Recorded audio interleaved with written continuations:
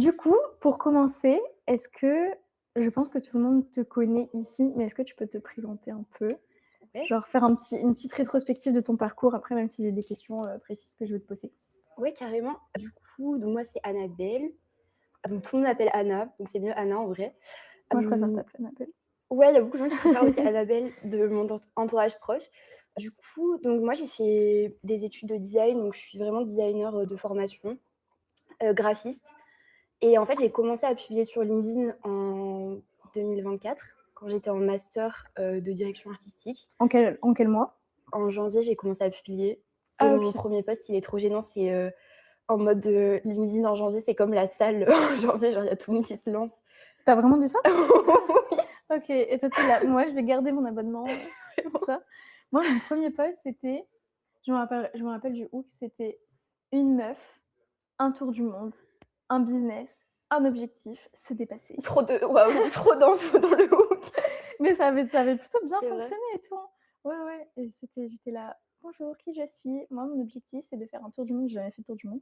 J'ai juste fait un tour de Bali, mais c'était ça. Après tu montres des beaux paysages, les Ouais, gens ils y croient, hein.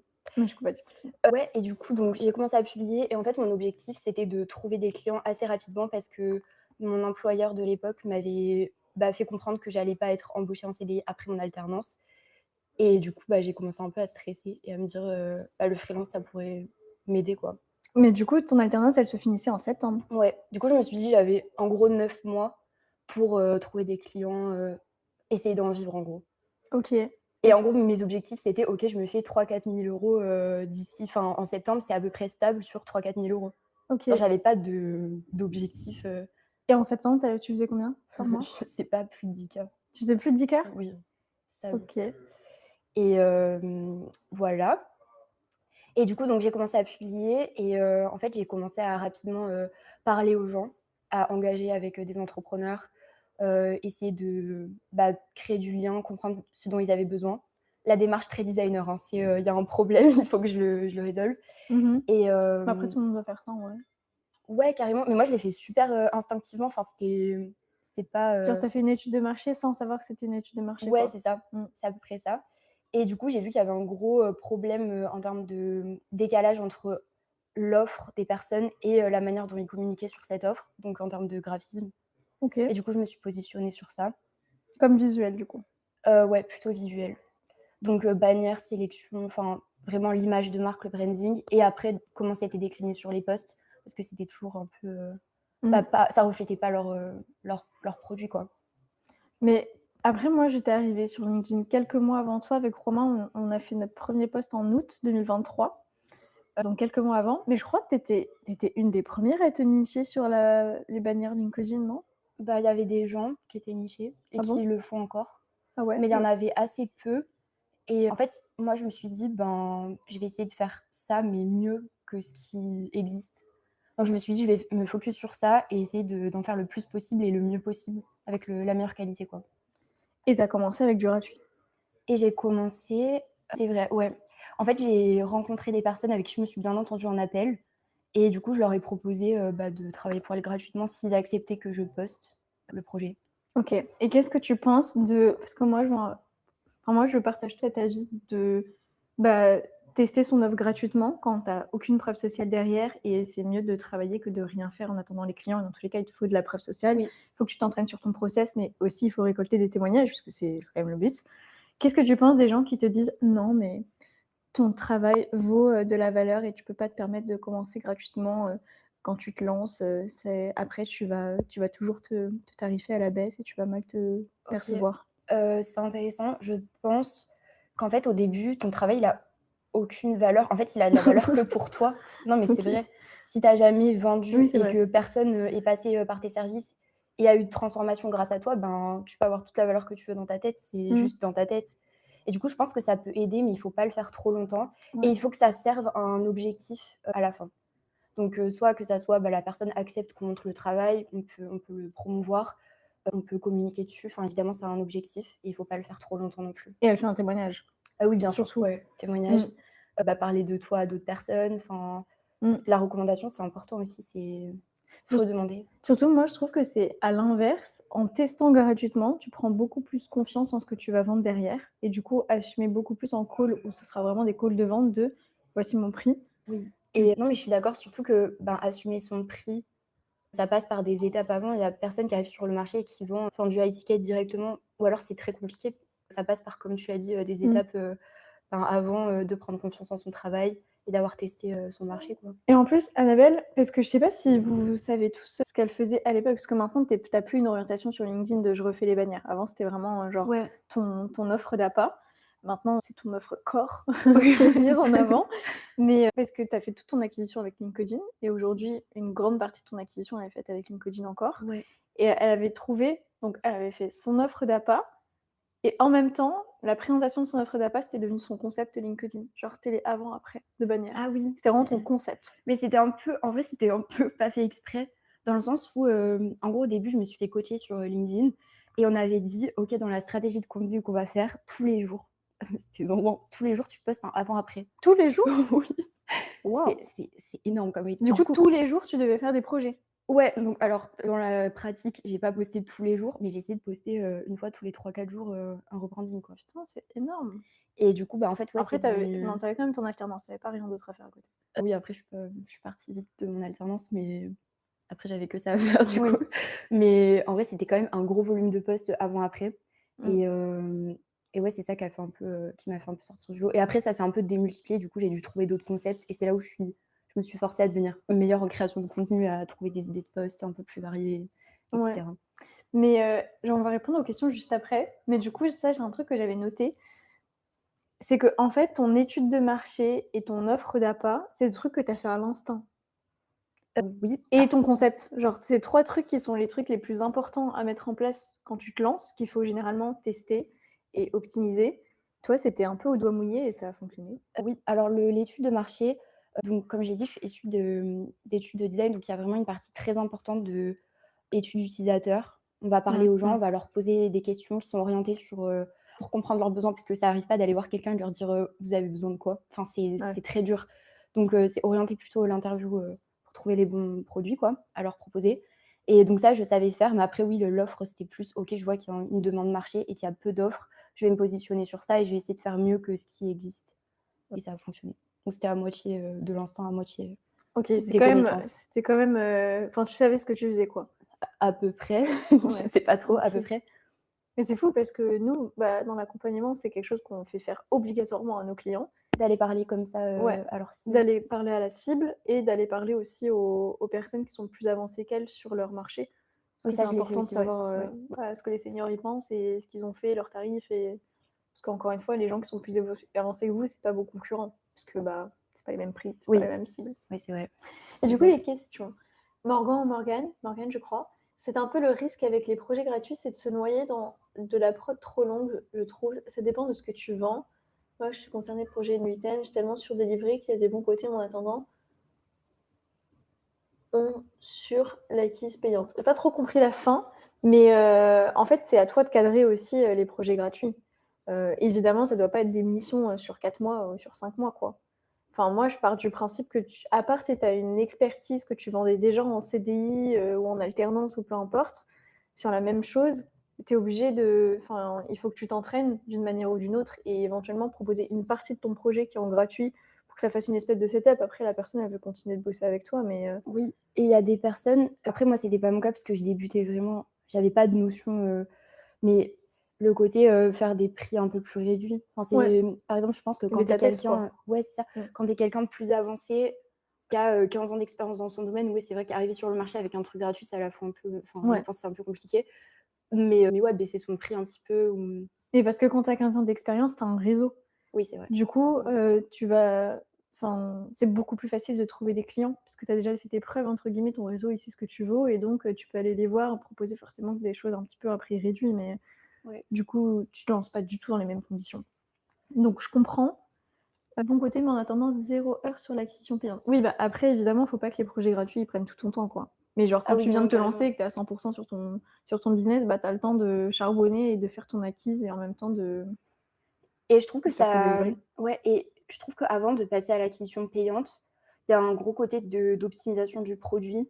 Ouais. Et je trouve que, bosser gratuitement, ça permet de voir un peu les failles, là où on passe beaucoup de temps et autres et du coup, d'optimiser ça avant de vendre à plus grande échelle et donc de pas se faire, Mmh. laminer, quoi. Enfin Par acquisition payante, tu parles bien de prospection, ouais, c'est en ça, masse et ads, tout ce ça, qui quoi. demande du temps, quoi. Parce que tu as commencé, comment as-tu évolué?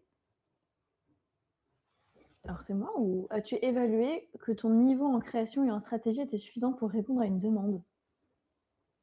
Comment as-tu évalué que ton ah oui, moi alors ça faisait quand même, j'ai quand même pas mal bossé. En fait, j'ai fait du freelance un peu, en parallèle de mes études. J'ai toujours travaillé, j'ai toujours eu des clients un peu à côté, quelques-uns par an, hein. C'était pas, un chiffre d'affaires incroyable, mais j'ai toujours travaillé, pour des clients, des marques à côté et mon alternance du coup, c'était du graphisme, pur pour, pareil des assez grandes marques. Donc j'avais les notions, d'attente, de ce genre de clients aussi. Je partais pas de zéro en graphisme, quoi. Mmh. Oui, bah, surtout tu as fait des études là-dedans et c'est à Ouais. ça que ça sert de s'entraîner aussi sur des projets, c'est que du coup tu testes. Mais du coup, pour revenir un peu au titre de, ce live, Oui. qui était pas accrocheur puisque c'est vrai, tu as fait 80 000 €, bah, du coup, c'était pas ta première année, enfin, si tu faisais des petites missions par-ci par-là, mais ça compte pas comme une première année. C'est genre ta première année où tu as décidé que ce serait ton business et que tu allais te lancer, Oui. le plus possible. Donc en 2024, tu as fait 80 K de CA, ce qui est énorme pour, quand on compare à la moyenne des gens qui se lancent en free, sur le marché, quoi. Puisque je crois que la stat, c'est un freelance sur 3 finit par, arrive à dépasser au bout de 3 ans seulement les 3 000 € par mois. OK, je savais pas. Je Donc savais c'est pas. énorme et du coup, derrière cet aspect très instagrammable, de la réussite, bah, concrètement, c'est quoi un peu, c'est quoi un peu l'envers du décor, genre? OK, tu as réussi, tu as pu bosser sur, des beaux projets, tu as pu Mmh. augmenter tes tarifs et cetera, tout ce qu'on sait, ce que ça veut dire de réussir, mais derrière, il s'est passé quoi? Non, déjà, je trouve qu'il y a un gros côté d'adrénaline au début quand tu commences et que tu vois que ça commence à prendre Mmh. et je pense que moi, si j'avais pas eu cette adrénaline dès le début, j'aurais pas eu le courage de commencer, de me lancer, à 100. Je trouve qu'avoir Ah un ouais? aperçu, Mmh. de ce que ça peut donner, de gagner sa vie en faisant ça, ça donne, le courage pour partir en faire, un temps plein. Ah, tu penses que tu aurais pas réussi à te lancer à temps plein, genre, Si à ça la avait fin de ton commencé trop, alternance? si ça avait commencé plus doucement, je sais pas si j'aurais eu le courage de me dire: «OK, OK, c'est assez, je peux partir, je peux en vivre, je peux être entrepreneur». Je OK. pense que le fait que ça ait démarré très vite pour moi, même si c'est en fait, je pense qu'il y a certaines personnes qui l'ont peut-être vécu. C'est en gros, c'est très intense au début et après ça commence à se stabiliser, voire à baisser Mmh. et du coup, là, c'est là qu'en fait, si tu abandonnes à ce moment-là, je pense que tu retournes, en CDI et tu arrêtes, Ouais. quoi et moi, j'ai pas arrêté, j'étais en mode: «Pourquoi ça marche plus et qu'est-ce que je dois faire pour, que ça refonctionne comme au début?» et du coup, j'étais toujours dans cette quête de, faut que ça revienne comme au début, en gros et je pense que c'est pour ça que, j'ai gardé l'intensité et je m'en suis sortie. Et du coup, sur les dessous, que tu as demandé, donc par rapport au côté instagrammable de l'entrepreneuriat, moi, j'ai fait un lock-in pendant 1 an. Je suis pas sortie pendant 1 an. J'ai dit non à toutes les soirées. J'ai pas vu mes potes quasiment pendant 1 an et voilà. Et j'ai dit aux gens: «J'ai un projet, je veux en faire quelque chose, enfin, je veux avoir ma boîte et je veux en vivre» et du coup, voilà. C'est ça l'envers du décor, c'est juste faut s'enfermer et bosser. Il y a pas Mais d'autre, c'est drôle parce que bon, après moi j'ai pas entrepris toute seule, j'ai entrepris avec Romain, donc ouais. déjà, bon c'est pas du tout, enfin c'est pas la même chose. C'est forcément plus difficile de faire tout ce chemin tout seul. Mais nous, alors, bah, vu qu'on est partis en voyage au même moment où on s'est lancé vraiment à temps plein, on était à Bali en plus, ça y est, c'était la découverte du monde. Trop On stylé. sortait beaucoup, OK. genre à contrario. On s'est lock-in au moment où on s'est dit: «OK, bah, maintenant on a réussi à passer des paliers assez rapidement certes, le fameux palier des 10 K, mais du coup quand on s'est dit: «OK, maintenant on veut construire quelque chose de long terme et pas juste s'assurer qu'il y a de l'argent et qu'on est content» et qu'on a vraiment développé une vision, bah, là on s'est enfermés et on commence à un petit peu sortir de l'enfermement aujourd'hui, mais petit à petit. Mais du coup, c'est drôle parce qu'on n'a pas eu la même expérience de lancement. Genre, toi, Mmh. c'était enfin, sécuritaire Ouais, et ensuite, enfermement pour que ce soit encore plus sécuritaire derrière, je suppose. ouais. Alors que moi, j'ai tout abandonné. J'avais 10 000 € sur mon compte en banque exactement et je me suis dit: «Bon, bah, va falloir faire rentrer un peu de cash» et c'est rigolo. Bon, au final, Ouais, elle tu le avais fait, quand quoi. même plus de sécurité que moi parce que moi j'avais pas d'argent de côté quasiment. Du coup, je me suis dit: «OK», Ouais. après il y a aussi un autre sujet, plutôt que le côté: «OK, je sors pas pour, parce que j'ai peur en mode de pas avoir d'argent et tout, c'est le côté, bah, en fait, j'étais à la prod tout le temps. Je j'ai pas délégué. En fait, j'ai attendu longtemps avant de déléguer et du coup, bah, en fait, j'avais juste énormément de travail et je pouvais pas, Mmh. Ah oui, oui, enfin, OK. c'était plus un sujet, j'étais, à la prod, donc Ouais. je livrais pour mes clients, en gros. Ouais, nous, à l'inverse, on a délégué très, très vite. Ouais, bah, oui, bah, c'est aussi ce que vous Ouais. vendiez, je me rappelle, Mmh. et dans tes posts, tu étais en mode: «C'est important de déléguer, de Ouais. s'entourer de collaborateurs et autres», et moi, j'étais en mode: «OK, moi, je sais pas faire ça, je vais juste faire toute seule encore», et voilà. Beh, parce qu'à la différence de toi, nous, ce qu'on a vendu, bah, on s'est formés, mais c'était pas une compétence qu'on avait déjà de base. Du Ah coup, en oui, fait, naturellement, il y avait des gens qui étaient bien meilleurs que nous oui. et vu quand on s'est mis à avoir beaucoup de clients, gros stress de: «OK, bah, vu que naturellement on mettra plus de temps que les autres parce que c'est pas notre zone de génie, vu que c'est quelque chose d'assez nouveau pour nous, il fallait qu'on délègue. Sinon on allait juste, se foirer». Ouais, mais en fait, vous étiez déjà très bon en marketing, et sauf que, bah, le côté produit, bah, vous l'aviez moins sur la partie livraison, enfin production Ouais, par vous-même, c'est ça. et mais après, moi, je pense qu'être bon en marketing, ça surpasse tout. Ouais, C'est c'est le mmh, plus important. parce que le domaine la dopamine du début, on le je ça me fume parce qu'on s'arrête vraiment net. Profiter de les nouveaux. Ouais, bah, d'ailleurs, j'ai Je fait suis un post d'accord. dessus ce matin, je sais pas si tu Ah l'as non, vu. j'ai pas vu. C'était, sur, c'est genre la montée de la montagne de Dunning-Kruger Ah oui, OK. qu'on a au début et je sais pas si on la retrouve à beaucoup de moments dans notre vie d'entrepreneur derrière. Parce Bah, qu'en s'il y a fait, quand on même de l'adrénaline. oui, mais genre vraiment la montée de la débilité, genre ça Ah porte OK. ce nom, la montée de la débilité où enfin moi, je sais pas toi, mais moi quand je me suis lancée, je pensais que j'étais la plus forte du Oui, monde. moi aussi, j'étais euphorique. Alors que maintenant, Euphorique, il y a pas d'autre m mot. maintenant, je me regarde et je me dis: «Mais waouh!» Enfin, quand je relis mes poches, je suis en mode: «Oh, tu es ridicule». Genre, je pensais vraiment que j'étais super forte et C'est mais trop trop, chou. trop forte Oui, c'est trop chou. et c'est vraiment cette montée de la débilité où tu te dis: «Ah mais il y a rien qui m'arrête, je peux aller super loin» et au final, quand tu prends vraiment des vrais problèmes dans la gueule, Ouais. tu te dis: «Non, je suis pas si forte que ça, je suis forte mais faut Je suis au faut quai-tierge. faut faut temporer un peu». Mais du coup, là, ce que un truc sur lequel je voulais rebondir, c'est, par rapport à quand tu es passée en mode agence. Tu es passée en mode agence parce que tu avais trop de delivery et du coup tu t'es dit: «Bah, je veux aller plus loin et je veux déléguer» ou enfin, c'était quoi un peu le process derrière? Ben, il y avait ce côté-là, et il y avait le côté, bah, en fait, j'ai, rencontré quelqu'un qui avait besoin, enfin, qui avait un certain besoin que je pouvais pas, toute seule, c'était pas possible de délivrer, en gros, et du coup, j'étais un peu obligée de mettre en place des process pour un certain client. Donc OK, c'était un peu une rencontre qui a fait que, voilà, et du coup, j'ai dû me former rapidement pour ça, et recruter aussi un peu rapidement, pour, m'aider, quoi. mais tu savais quand tu t'es lancée que tu voulais créer une agence? Enfin, tu voulais, Non, passer en mode agence? non, pas du tout, et j'étais pas, en fait, je voyais plein de gens qui avaient une agence, et je voyais qu'en fait, ils communiquaient sur le fait qu'ils avaient une agence, et leur post, il fonctionnait pas bien. Enfin, je voyais un peu que c'était pas, enfin, que ça avait l'air plus compliqué à vendre et à mettre en avant. OK. Je le pense toujours, hein, plutôt que la marque personnelle et communiquer en tant qu'individu, Mmh. propre, même si tu as Ouais. une équipe derrière, et du coup, je me suis dit: «Je vais rester comme ça». Après, j'ai un peu délégué quand même. Je vais pas dire, pendant toute ma première année et demie, j'ai quand même, enfin, j'ai pris des freelances sur Malte pour m'aider sur certains projets, mais c'était assez ponctuel. C'était pas OK, j'avais, Mmh. 3 personnes qui m'aidaient tout le temps, Ouais. et voilà, et le premier truc que j'ai délégué en vrai, c'était quand même, le côté LinkedIn, commentaires, réponse aux commentaires, m'aider sur cette partie-là. Ah oui, genre délégué pour toi, pas délégué Ouais, pour tes délégué clients. pour moi, c'est ça. Ouais, ouais, je comprends. Mais, du coup, tu savais, parce qu'on entend toujours les discours des gens, enfin, qui sont au-dessus de nous, mais qui disent qu'ils ont toujours voulu être entrepreneurs.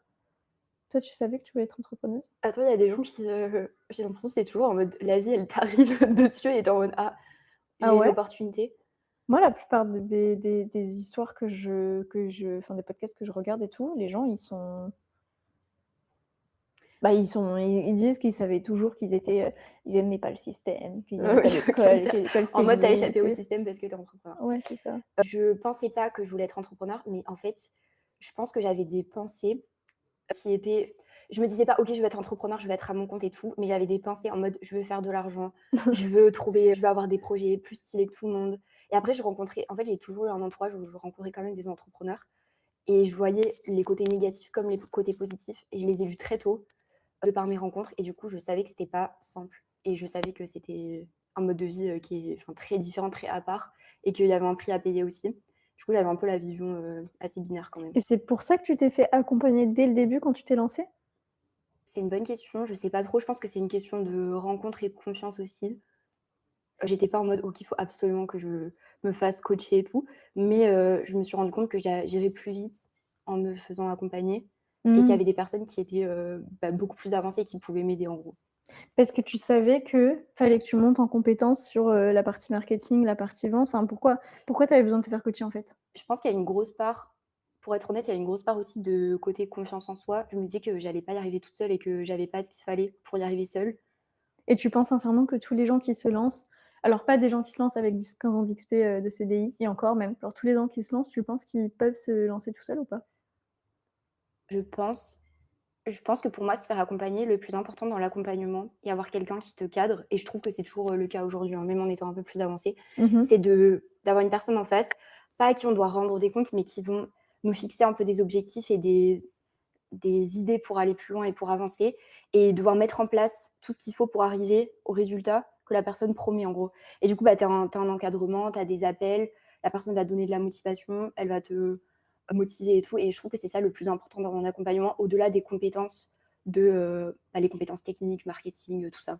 Mmh. Parce que ça, en vrai, il y a beaucoup de ressources, tu peux apprendre seul, mais le côté Ouais. accompagnement et le côté, se faire hype up par des gens, pour avancer, qui croient en toi, qui savent que ton travail, il est cool et tout, ça vaut vraiment son prix. C'est drôle parce que je pense que parmi toutes les personnes qui candidatent à Product Scale, je vais pour pas dire de bêtises, je pense que 60 d'entre eux, ils me disent qu'ils ont pas les compétences marketing et vente et ils veulent se former sur ce sujet Ah OK. et que la partie se faire suivre et se faire encadrer, elle vient plutôt en second plan. Mais il y a quand même beaucoup qui recherchent vraiment ça, évidemment, c'est pour ça qu'ils veulent pas suivre une formation.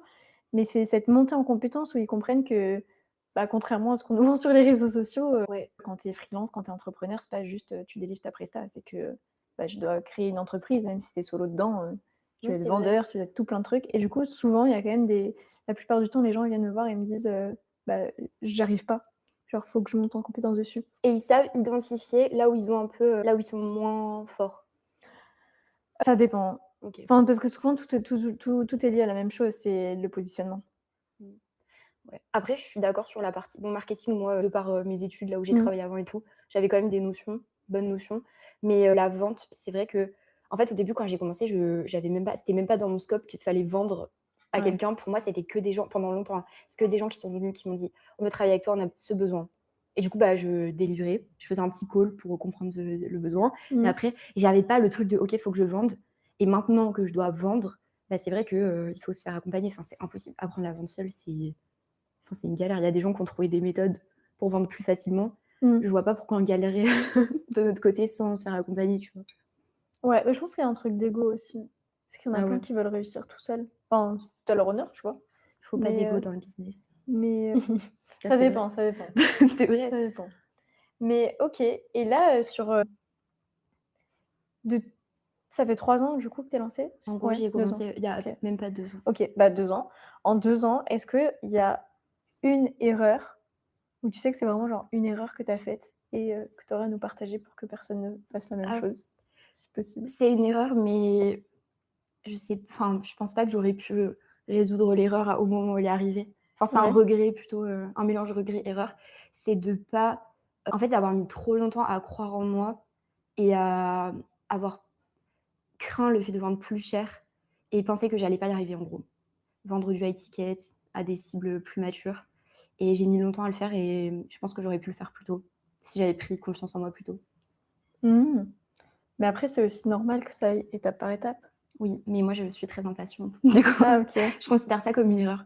Après, je sais pas si c'est le type de réponse que tu attendais, mais je pense qu'il faut pas attendre trop longtemps. Si vous avez un produit en lequel vous croyez et il y a des personnes avec qui vous aimez travailler plus que d'autres et vous allez identifier rapidement des patterns de clients avec qui vous aimez travailler, Mmh. ben, moi je vous conseille de vous positionner rapidement sur ces personnes-là et même si vous galérez un peu à vendre au début, ce qui est normal, ben, vous allez trouver des clients, vos clients idéaux, quoi. Et il faut pas trop attendre sur ce côté-là. Mmh. Ouais. Mais ça demande quand même d'aller étudier le marché en amont, parce que tu vas pas juste te dire: «Ah moi j'aime trop travailler avec, Non, ça ouais. les jardiniers». Ah, Ah! la caméra est morte. J'aime trop travailler avec les jardiniers, mais si les jardiniers, ils ont pas de besoin, ça sert à rien que tu te positionnes dessus, quoi. Ah oui, c'est ça. Ça dépend Oui, non, c'est ça passe par, il faut, parler à pas mal de personnes, travailler avec pas mal de personnes différentes et foncer sur celui avec qui on préfère travailler, je dirais. ah ouais, moi je vois pas pour aller plus vite, je vois pas trop les choses comme ça. OK. Je Tu vois verrais comment? plutôt tu as la possibilité de faire ton étude de marché. Tu vas identifier là où il y a un croisement de compétences, de demandes et d'opportunités. C'est-à-dire que tu as pas 86 000 concurrents qui sont positionnés dessus OK. Oui. et En tu te mets au fait, milieu. je voyais en mode: «OK, ça, c'est la base» et Mmh. après quand tu vas Ah travailler, oui, oui. tu vas avoir, bah, ces types de clients-là et tu vas avoir à l'intérieur de ce pattern de Ouais. clients, des gens avec qui tu préfères travailler et il faut se focus sur ces gens-là Mmh. et essayer d'en trouver d'autres, en gros. Oui, oui, oui. Ouais, enfin, en gros, faire un entonnoir Ouais, c'est étape ça, par étape. exactement, Ouais, ouais. exactement. Et je voulais revenir sur le truc du mindset parce que finalement, prendre confiance en toi, c'est juste du mindset. Ah oui, Moi ouais. moi, je suis quelqu'un alors j'ai beaucoup craché sur le mindset, je l'assume totalement. Mais je suis sincèrement, enfin, je suis toujours OK avec mes paroles que le mindset pour moi, c'est une procrastination tant que tu as pas atteint un certain palier quand même. Genre tu peux pas dire que, enfin, pour moi le mindset, il a vraiment un énorme impact dans ton business à partir du moment où tu atteins un certain palier, que ce soit un certain palier de développement, un certain palier de chiffre d'affaires, un certain palier de clientèle.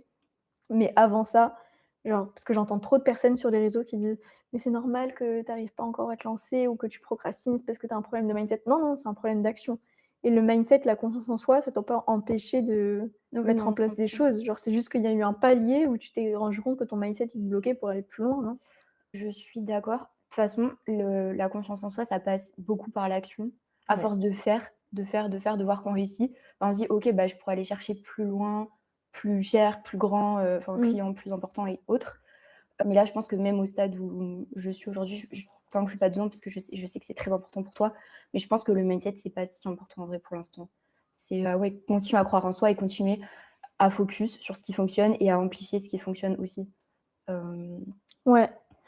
Moi, pour le coup, après du coup, c'est perso, je sais pas si du coup le terme mindset, il est approprié, mais c'est que tu es quand même obligé de faire un minimum de travail sur toi pour aller plus loin. oui, ouais. Enfin, tu as quand même des blocages, on a tous des blocages en nous, quoi, je pense.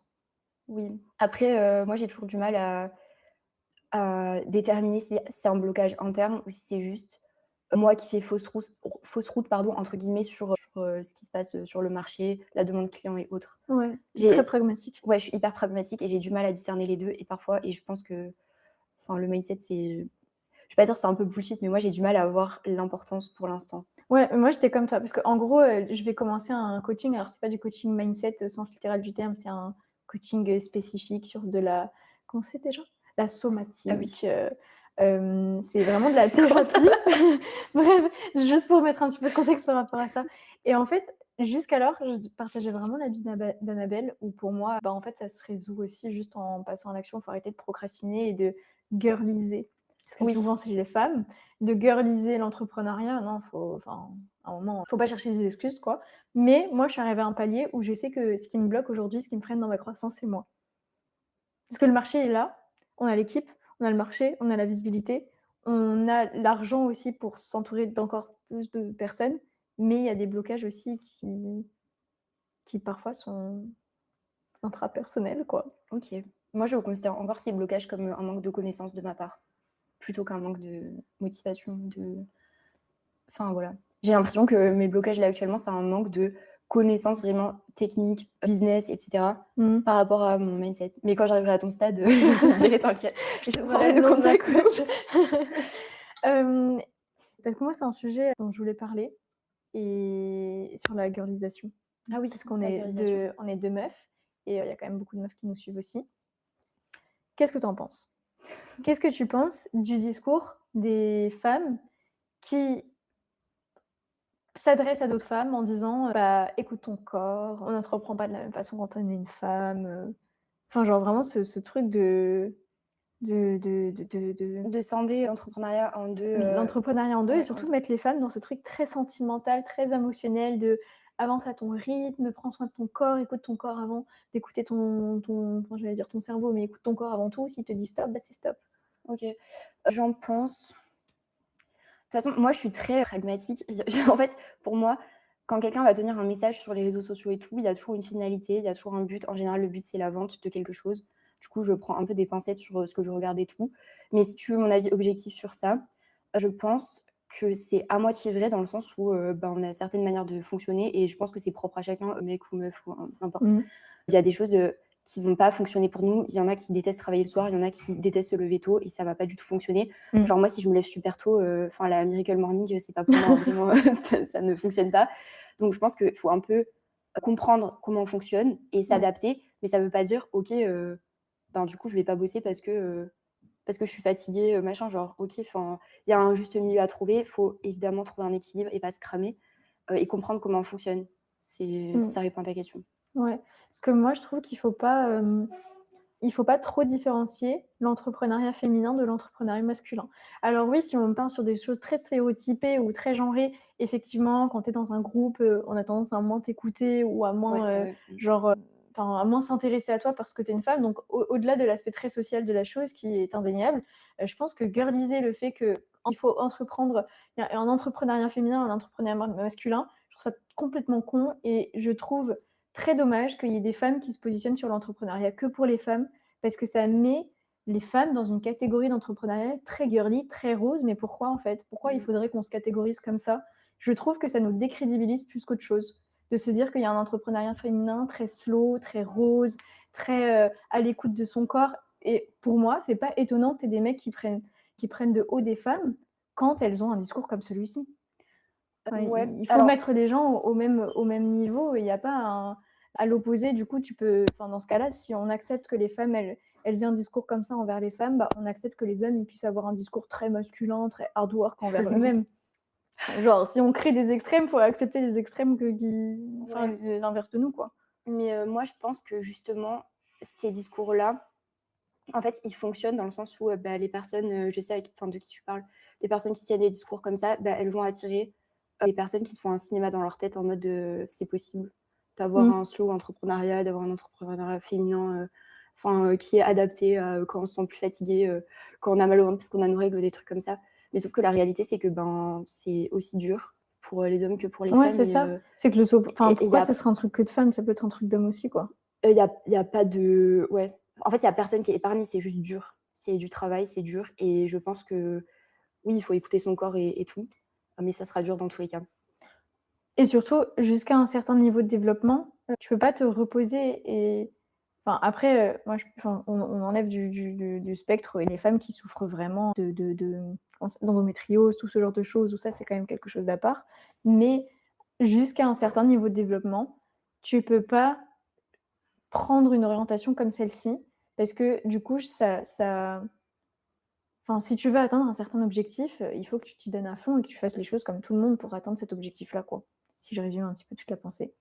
Oui et je pense que juste pour terminer sur ça, je pense qu'on peut aussi trouver des raccourcis pour «moins douiller» entre guillemets, pour arriver à l'objectif et du coup, le fait de peut-être être plus fatigué ou d'avoir, peut-être des problèmes, dans sa vie et autres, ça permet de résoudre et d'aller plus vite sans galérer. Genre, tu vas t'entourer plus rapidement, tu vas déléguer plus rapidement et autres. Parce que, tu vas juste pas y arriver physiquement et c'est trop dur pour toi. Moi, à un moment, quand je me suis sentie vraiment fatiguée, je sentais que, là, j'arrivais un peu au stade où ça devenait compliqué, je me dis: «OK, là, faut que je trouve une solution, faut que je commence à déléguer, à structurer et Oui, tout». mais ça tu as fait enfin, tu étais factuellement dans cette situation parce que tu t'y donnais à fond. Oui, oui. Et du coup, par rapport à ce moment-là où tu es passée, bah, de freelance à micro-agence, délégation et cetera, est-ce que, bah, pareil, il y a des choses que tu as mises en place qui ont été des erreurs et qui ont peut-être t'ont coûté cher ou juste ont été, Les enfin, tu as dû débuts vraiment d'agence? les rattraper? Ouais, quand tu as basculé, sur Ouais, cette partie, faire confiance à d'autres personnes pour délivrer tes clients? OK. Alors, pour l'instant, j'ai pas fait d'énormes erreurs, en termes de délégation, parce que j'ai toujours recruté sur des domaines que je maîtrisais. Donc je pense que ça aide Mmh. aussi, dans le sens où, hem, au début, j'ai commencé à déléguer la partie design et du coup, trouver des bons designers, je sais faire entre guillemets parce que, c'est mon métier, je sais, reconnaître un bon portfolio, voilà. Mmh. Mais après, quand tu vas sur des terrains que tu maîtrises un peu moins, bah, là, c'est vrai qu'il faut prendre un peu plus le temps. Il faut moins foncer tête baissée. Mais moi, l'erreur que j'ai faite, c'était pas dans le côté délégation, qui est une erreur un peu classique, je pense, quand tu entends les entrepreneurs, quand des agences parler. Ouais. C'était plus, des erreurs de, stagnation. Parce que du coup, j'avais des clients récurrents, j'étais en mode: «OK, c'est chill». C'est comme si c'était devenu chill alors que pas du tout. Et du coup, je suis allée plus doucement et j'ai un peu, pas coupé mon acquisition, mais je me suis pas donnée à fond pour trouver plus de clients parce que Mmh. j'étais en mode: «OK, c'est stable». C'est plus le freelance où tu es là tous les mois, tu dois aller chercher des nouveaux clients. Et du coup, je me suis un peu reposée sur, mes lauriers, quoi. Tu préfères le tu préfères le format agence ou le format freelance? Agence, Pourquoi? parce que tu peux réfléchir à ton business. Enfin, Mmh. tu peux penser en mode stratégie. Tu travailles avec des gens, donc c'est aussi sympa. Moi, j'aime bien, itérer avec des gens, faire des calls où tu réfléchis à une problématique, essayer de résoudre la problématique. Tu peux penser plus 360 pour les clients aussi. C'est-à-dire que tu vas avoir, bah, ton expertise à toi et puis, en fait, à force de délivrer, tu vas avoir des idées d'optimisation et Mmh. tu peux, ben, même en parlant avec d'autres personnes, qui ont des expertises différentes de la tienne, par exemple sur, bah, ta team de prospection, team commerciale et autres. Bah, du coup, tu vas dire: «Ah, mais pour mes clients, ça pourrait être grave utile, on pourrait les aider sur ça ou faire des formations internes sur ça» et du coup, ça éveille la créativité, je trouve. Ouais, je comprends. Je sais pas si vous, c'est, un peu pareil Si, de votre si, côté, mais si, c'est pareil, mais il n'empêche que des fois, même si j'adore mon équipe et cetera, c'est quand même une certaine charge.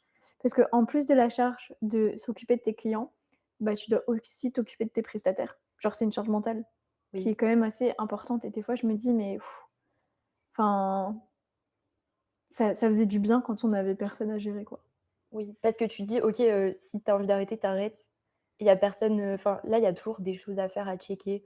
Bah, il y a toujours des choses C'est à faire et c'est surtout que ça crée aussi cette pression. Alors tant mieux parce que je pense que ça pousse au développement, mais tu peux pas, avoir un mois qui va pas du tout parce qu'en fait, tu as des personnes à payer oui, aussi. C'est un truc exact, tout c'est con, exact, genre. ouais.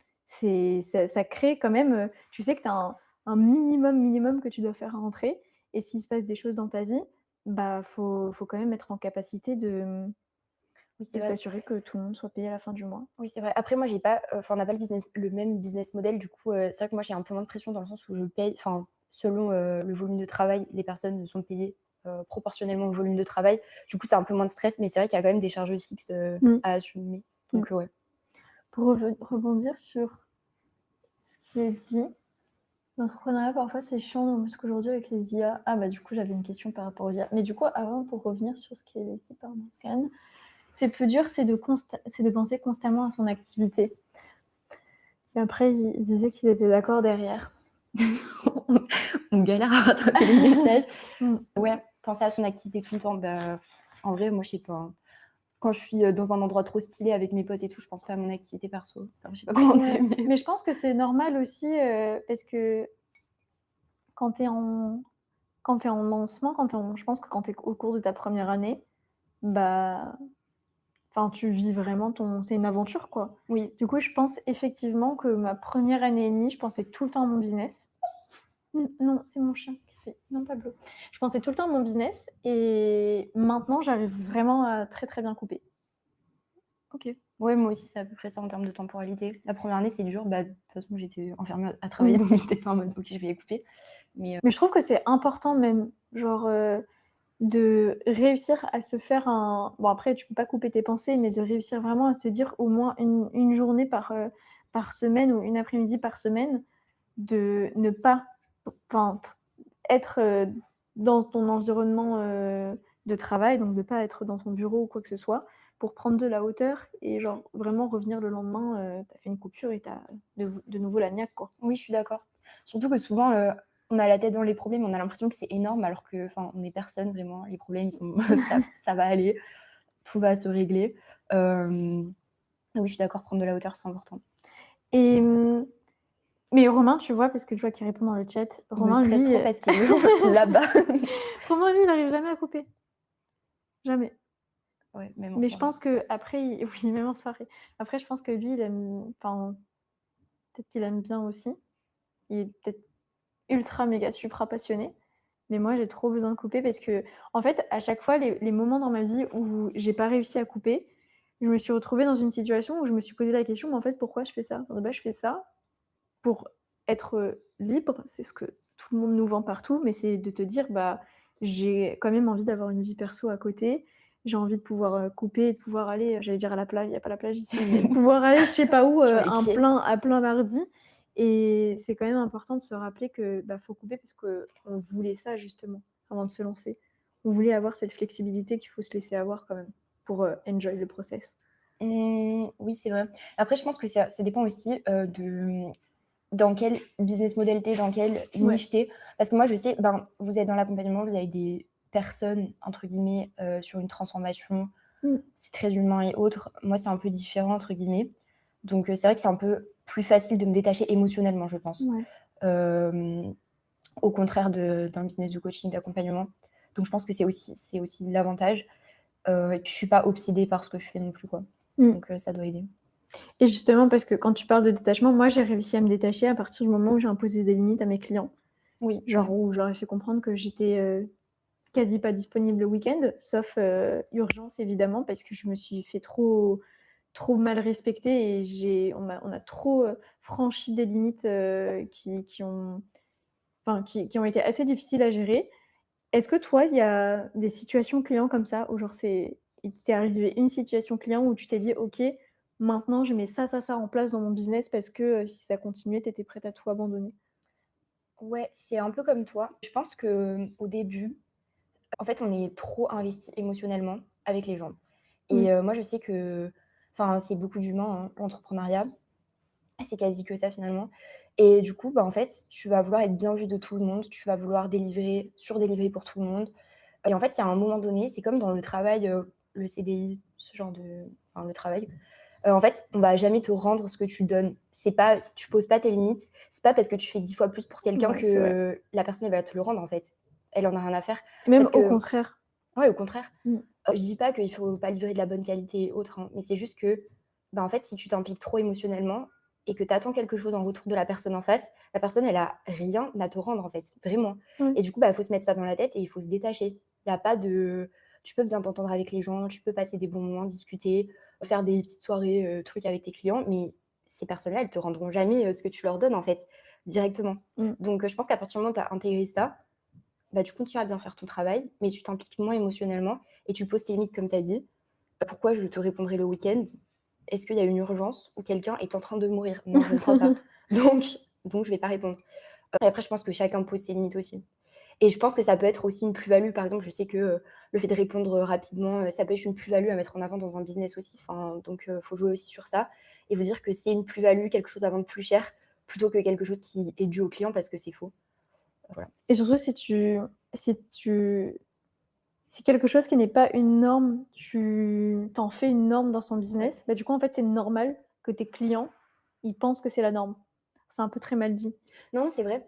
Forcément, après, bah, les gens, ils continuent de dépasser tes limites puisque, bah, si tu les as pas posées dès le début, pour eux, c'est normal donc Oui. ça doit continuer comme ça.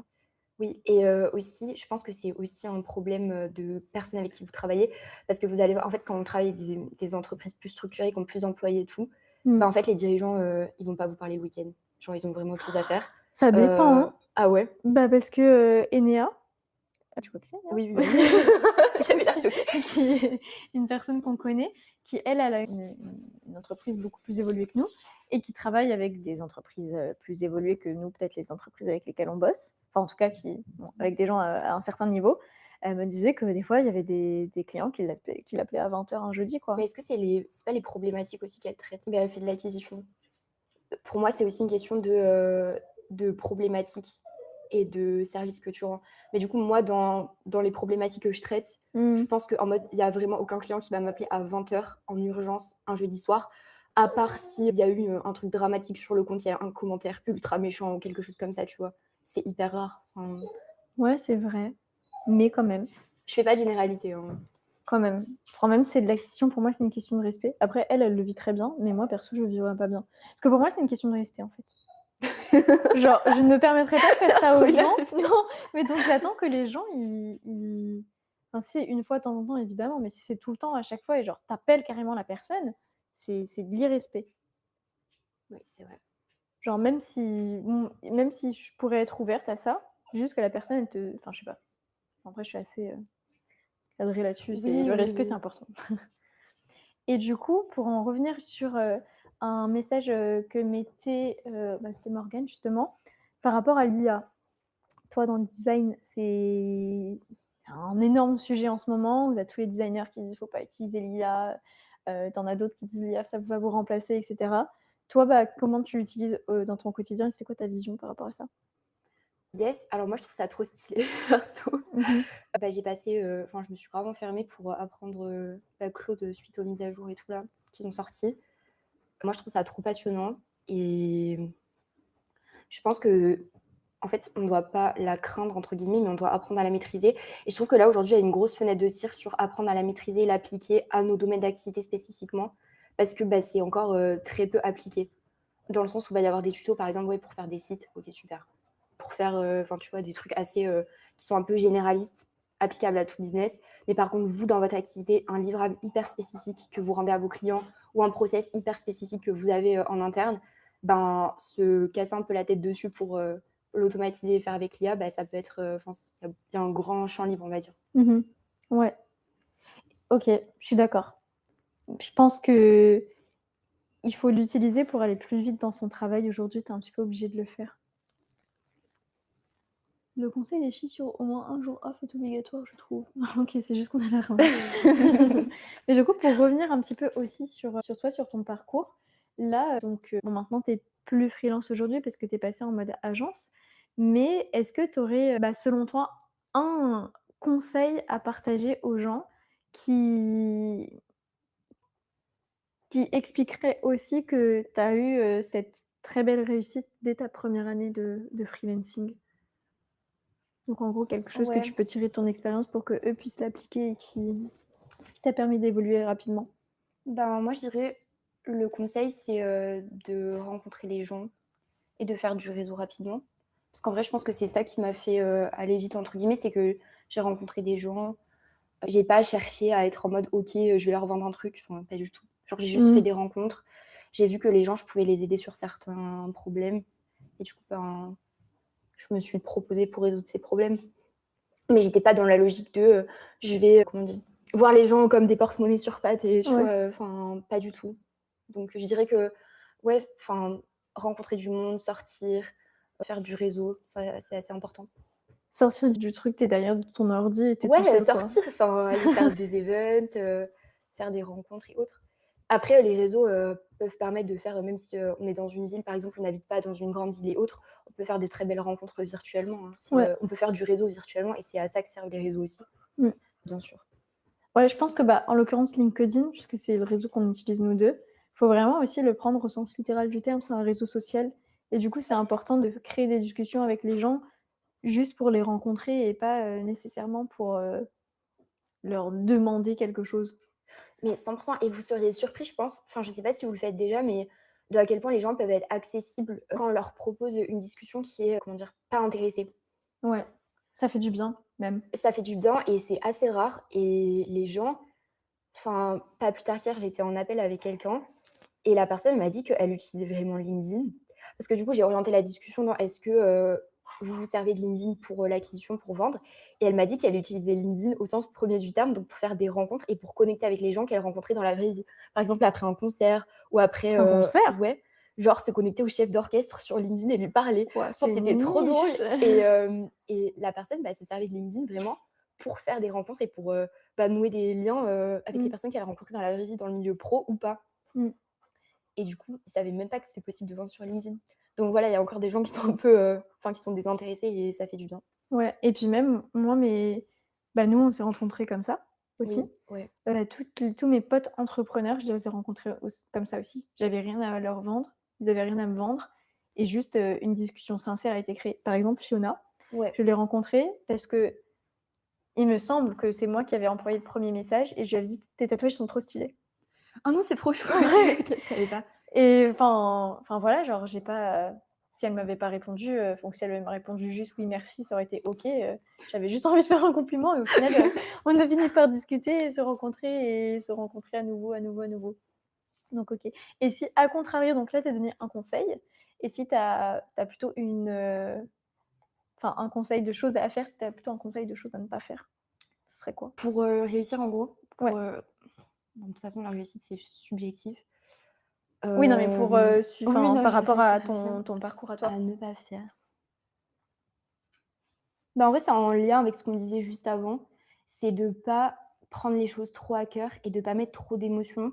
Dans le sens où au début, bah, on dit le début, c'est très intense et on a l'impression que s'il y a un client qui est pas content ou qui est pas 100 content, Mmh. qui va dire un truc, tout va s'effondrer, qu'on va être, à la rue, que ça va, c'est terminé pour nous. C'est pas vrai, enfin vraiment, c'est pas vrai. Faut essayer de faire du mieux possible et de toute façon, il y a des gens qui seront jamais contents et je pense qu'une fois que c'est, on l'a intégré, Mmh. ça c'est plus simple d'avancer. Donc je dirais ouais, de faire, au mieux et de pas prendre trop, tout à cœur. OK. Et toi? Je sais pas, une chose à ne pas faire, une chose à ne pas faire par rapport à mon expérience. Bah, je pense que ça serait de ne pas mettre de limites. Enfin, c'est vraiment la chose qui quand je fais une rétrospective de ce qui m'est arrivé de négativement depuis le début, ça serait ça et de ne pas me reposer sur mes acquis. Ouais, ça, très bien aussi, ouais. Mais je l'ai fait un peu longtemps.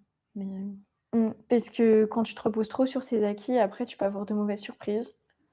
Typiquement, je parle avec énormément de personnes qui, se reposaient que sur leur bouche à oreille et à un moment ça chute.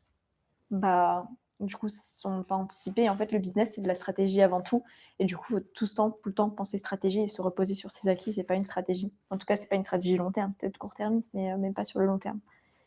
Et la dernière chose, j'avais un autre truc qui m'est venu en tête, qui m'a échappé. faut être toujours, aux aguets, de ce qui peut se passer. Ah et la dernière chose, parce que ça m'est arrivé, c'est pour ça que j'en parle de plus en plus en ce moment, c'est, ne pas chercher à dupliquer des méthodes parce que ça fonctionne chez les autres. C'est sincèrement mettre en place quelque chose qui fonctionne pour son propre business, pour son marché, pour sa cible et pour soi. Parce que nous, du coup, on nous a déjà orientés pour dire: «OK, bah, va mettre cette stratégie en place, cette stratégie en place, cette stratégie en place, tu regardes les autres, ils font tant avec, tu devrais le faire». Mais en fait, c'était pas adapté à mon business, forcément Ouais, et du coup, ça avait enfin, nous, ça nous a juste dispersés et de toujours, bah, prendre en considération que les stratégies qui fonctionnent pour quelqu'un d'autre, c'est peut-être aussi parce que ça fonctionne pour son business, pour sa cible et pour sa niche. Mais est-ce que ça fonctionnerait pour vous? Bah, ça, il faut étudier le marché pour le savoir.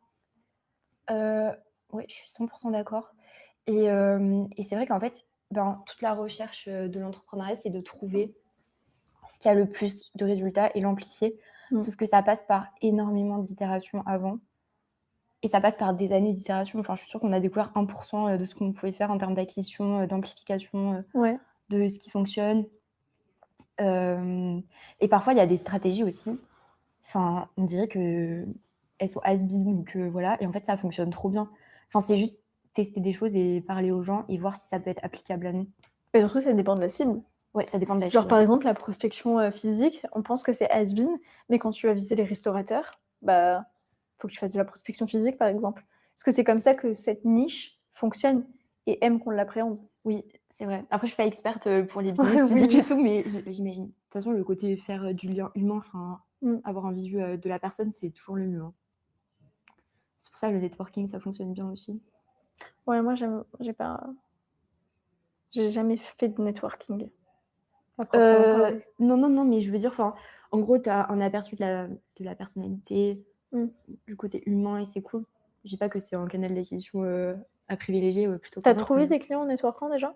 ouais, mais c'était plus je trouve que c'est plus intéressant pour le côté un peu, amplification, du coup, rencontrer quelqu'un qui peut te mettre en relation avec quelqu'un Mmh. qui a besoin de toi, OK. plutôt que: «OK, je vais aller à cet event, je vais signer des clients». Mmh. C'est juste tu parles de ton activité, tu parles de ce que tu fais, avec qui tu travailles et la personne elle va dire: «Ah, je connais machin». Plus OK. comme ça. OK. Bon, bah, ça fait 1 heure. Ça On fait une n'était heure pas déjà? censés parler aussi longtemps, mais bah, je pense qu'on a fait le tour. Encore une fois, c'était vraiment la première session du podcast live, donc on n'avait pas ultra enfin, je n'avais pas ultra préparé les choses non plus pour, voir comment ça se déroulait, où ça mènerait. Il y en a plein d'autres sessions qui vont arriver sur les prochaines semaines avec des personnes différentes. Du coup, j'espère que vous avez apprécié tout ça et hésitez pas à nous faire des retours sous les posts Ouais. ou en DM. Si vous avez des suggestions ou s'il y a d'autres questions qui vous sont, venues, ça serait un plaisir d'y répondre et est-ce que, ben, quelqu'un a une question qui peut être lâchée dans le chat pour qu'on Question revienne de dessus? clôture. Ouais, une question de clôture, comme ça on finit sur ça, ou alors on a peut-être déjà fait le tour. Je sais même pas combien il y a de personnes. Ça, c'est assez. Faudrait que je regarde la prochaine fois pour voir qui est connecté.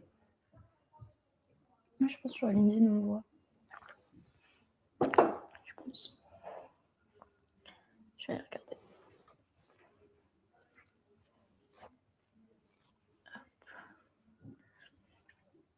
Ça se trouve, il n'y a plus personne. On est seul. Hop. Bon, j'ai l'impression qu'il n'y a personne n'a de questions. Si je retourne là, est-ce qu'on voit... Oh là! C'est énorme! Non, je peux pas voir le nombre de personnes. Je peux juste voir le nombre de commentaires. Ok, ça marche. Bon, bah, on part du beaucoup. principe qu'il n'y a plus personne pour nous poser des questions. Si. Ah, comment tu l'as eu l'idée de ce business? Oula. Oula. J'ai pas eu en mode une idée magique de business. Et pendant longtemps, ça m'a grave travaillé parce que j'étais en mode j'ai pas d'idée, je sais pas ce que je vais vendre et tout. Et je me rappelle quand j'ai commencé LinkedIn, j'ai écrit un roman en mode Ah ouais? je comprends pas ce que je dois vendre et tout. Comment on fait pour. Je te jure, meuf, c'était nos premières discussions. C'était genre est-ce que tu peux m'aider à avoir une idée Ah vraiment ouais, de t'as envoyé produit un et tout. message, un roman en premier et pas à moi? Ben, je crois. Mais parce qu'il était. Meuf, en fait, j'avais pas fait le lien entre vous deux, je crois. Bref, on s'en fout. Et du coup, il m'avait dit des questions, enfin des réponses hyper bateau en mode faut aller parler aux gens, faut aller. Bref, du coup, j'ai pas eu une idée magique. J'ai juste parlé aux gens et je me suis dit ça pourrait les aider. Et après, à force de délivrer, j'ai un peu ajusté mon produit. Mais j'ai pas eu une idée business magique comme ça. Mais dans de mon toute sommeil. façon, avoir une idée business, à part si tu développes une start-up, et encore, enfin, dans tous les cas, ça faut toujours aller sonder le marché. Oui. Genre, trouver une idée business comme ça, on en a tous, je pense, 45 000 par jour, des idées de business. Vraiment. Et même des gens qui sont pas du tout entrepreneurs, alors, des fois, ils ont dit... Enfin, moi, je parle à des potes, des fois, ils me disent « Oh, j'ai une trop bonne idée, ça pourrait faire un trop bon truc et tout. » En général, c'est bancal. Entre avoir l'idée et répondre à un réel besoin et être en capacité de le faire, il y a quand même un gros décalage. Du coup, les meilleures idées, elles partent des besoins du marché, mixées Exact. encore une fois aux compétences. Exact. Donc, peut-être qu'il y a des gens qui après ont une idée comme ça, mais Peut-être des entrepreneurs avancés. Ouais. Bon, bah écoutez, je pense qu'on a fini dans ce cas-là. Je vous souhaite une bonne journée à tous. N'hésitez pas si vous avez des questions sur quoi que ce soit, ce sera un plaisir d'y répondre. Et moi, de mon côté, il y a un podcast live la semaine prochaine avec une autre personne sur un sujet qui sera différent, où je vais essayer de revisionner ce live-là pour voir ce qui pourrait être ajusté. Donc, n'hésitez pas à me faire des retours aussi sur les sujets que vous aimeriez voir abordés, principalement ou idéalement. Voilà. Merci. Bonne fin de journée à tout le monde et puis merci encore pour votre présence et puis à plus. Salut tout le monde!